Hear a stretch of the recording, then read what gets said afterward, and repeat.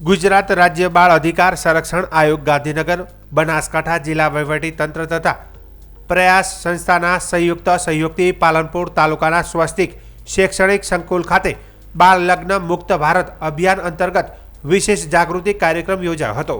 કાર્યક્રમનું અધ્યક્ષસ્થાન ગુજરાત રાજ્ય બાળ સંરક્ષણ આયોગના ચેરપર્સન શ્રીમતી ધર્મિષ્ઠાબેન ગજ્જરે સંભાળ્યું હતું। બાળ સુરક્ષા જવાબદારી આપણા સૌની ના સંદેશ સાથે યોજાયેલા કાર્યક્રમનો મુખ્ય હેતુ બાળ લગ્ન જેવી સામાજિક કુપ્રથાને નાબૂદ કરવી અને સમાજમાં વ્યાપક જનજાગૃતિ ફેલાવવાનો રહ્યો હતો। કાર્યક્રમની શરૂઆત મહેમાનોના સ્વાગત સાથે કરવામાં આવી હતી। સ્વસ્તિક શૈક્ષણિક સંકુલના પટ્ટાંગણમાં મહાનુભાવની ઉપસ્થિતિમાં કાર્યક્રમનું ઉદ્ઘાટન કરવામાં આવ્યું હતું। બાદમાં મહાનુભાવના હસ્તે બાળ લગ્ન મુક્ત રથને લીલી ઝંડી આપી પ્રસ્થાન કરવામાં આવ્યું હતું। તે પૂર્વે વિદ્યાર્થીઓ અને સ્ટાફ દ્વારા સામૂહિક રીતે બાળ લગ્ન મુક્ત ભારત પ્રતિજ્ઞા લેવામાં આવી હતી। આ પ્રસંગે ધર્મિષ્ઠાબેન ગજ્જરે જણાવ્યું હતું કે બાળકોના સર્વાંગી વિકાસ અને સુરક્ષા માટે સમાજના તમામ વર્ગોની સક્રિય ભાગીદારી જરૂરી છે। સરકાર, સંસ્થાઓ અને નાગરિકો સાથે મળીને કાર્ય કરશે ત્યારે જ બાળ લગ્ન સંપૂર્ણપણે અટકાવી શકાય। તેમણે બનાસકાંઠા જિલ્લાને બાળ લગ્ન મુક્ત જિલ્લો બનાવવાના સંકલ્પ સાથે રથનું પ્રસ્થાન કરાવ્યું હોવાનું જણાવ્યું હતું। પાલનપુરના ધારાસભ્ય અનિકેત ઠાકરે જણાવ્યું હતું કે શિક્ષણ સમાજ પરિવર્તનનું શક્તિશાળી સાધન છે અને બાળ લગ્ન જેવી કુરિવાજ સામે લડવા સૌએ જવાબદારીપૂર્વક આગળ આવવું જરૂરી છે। અંતે જિલ્લા કાનૂની સેવા સત્તા મંડળ દ્વારા સિગ્નેચર કેમ્પેન યોજી અભિયાનમાં સક્રિય ભાગીદારી નોંધાવવામાં આવી હતી।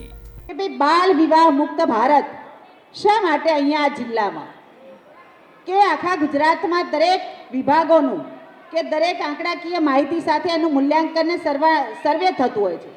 તો જ્યારે બનાસકાંઠા જિલ્લામાં આપણા બાળ વિવાહનું પ્રમાણ ક્યાંક આખા ગુજરાતના જિલ્લાઓના પ્રમાણમાં અહીંયા બીજા નંબરે આ જિલ્લો છે, તો એને અટકાવવા માટે શું કરી શકીએ એના માટેના પ્રયાસ સંસ્થાએ જે પ્રયાસ કર્યા છે અને અમને જ્યારે આમંત્રણ આપી અને અમારા હસ્તે જ્યારે કામ થવાનું છે ત્યારે આપણે સૌ એવી આશા રાખીએ કે આમાં જે પણ આપણું લક્ષ્ય છે એમાં સફળ થઈએ।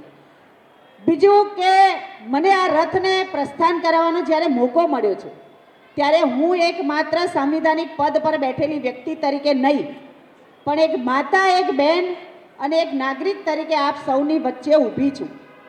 આપણે બાળ લગ્ન શબ્દ બોલીએ છીએ ત્યારે આપણને માત્ર કાયદાનો વિષય નથી રહેતો પણ એ આપણને સીધું હૃદયને સ્પર્શે એવો એક વિષય બની જાય છે, કારણ કે દરેક બાળક કોઈને કોઈની ચિંતા અને એ સંતાન છે અને કોઈની દીકરી છે તો કોઈનો દીકરો છે। એ બાળકના સ્વપ્નાઓ છે, તમારા બધાના પણ કંઈક સ્વપ્નાઓ છે અને એ સ્વપ્નાઓ તેની આંખોમાં ચમકતા ભવિષ્યના સ્વપ્નો અને તેનું નિર્દોષ હાસ્ય સાથે એ બાળ લગ્નનો વિચાર પણ જો આપણું આંતરાત્મા એને ઝંઝોળવા જોઈએ કે ભાઈ આ જે વસ્તુ થઈ રહી છે એ ખોટી થાય છે અને બાળપણ આપણને જે મળ્યું છે એ બાળપણ એ આપણને ભગવાને આપેલી એક સુંદર ભેટ છે।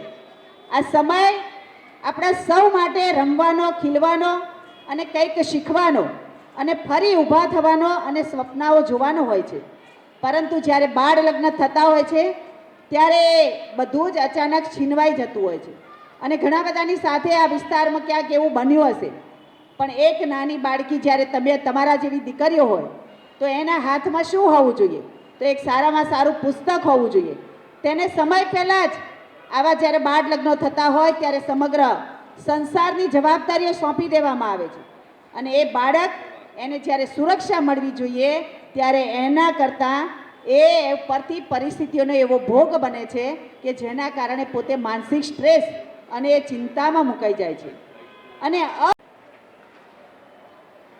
વર્ષો પહેલાં બનાસકાંઠા જિલ્લાની જે પરિસ્થિતિ હતી ધર્મિષ્ઠાબેન, એનાથી અત્યારે પરિસ્થિતિ જોઈએ તો ઘણી સારી છે અને હવે દરેક સમાજ અને સરકારી તંત્ર તો ખરું જ પણ આ સમાજ પણ ધીમે ધીમે જાગૃત થવા માંડ્યો છે અને શિક્ષિત થવા માંડ્યો છે અને જેના કારણે બાળ લગ્ન ખૂબ ધીમે કરીને આખો જે એક રિવાજ હતો, કુરિવાજ હતો, એ આપણી બધાની વચ્ચેથી ધીમે નામશ્રેષ્ઠ થવા તરફ જઈ રહ્યો છે। પરંતુ હજુ પણ આ વિચારને છેક મૂળ સુધી લઈ જવા માટે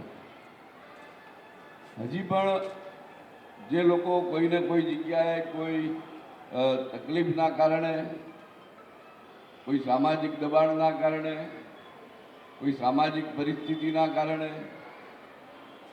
કોઈ પણ કારણસર હજી બાળ લગ્ન તરફ જો વિચારતા હોય તો એ પણ કેવી રીતે બંધ થાય એ દિશાની અંદર આજે જે આપણી બધાની વચ્ચેથી એક જે રથ નીકળવાનો છે એ અવશ્ય ખૂબ મોટી જાગૃતિ લાવશે.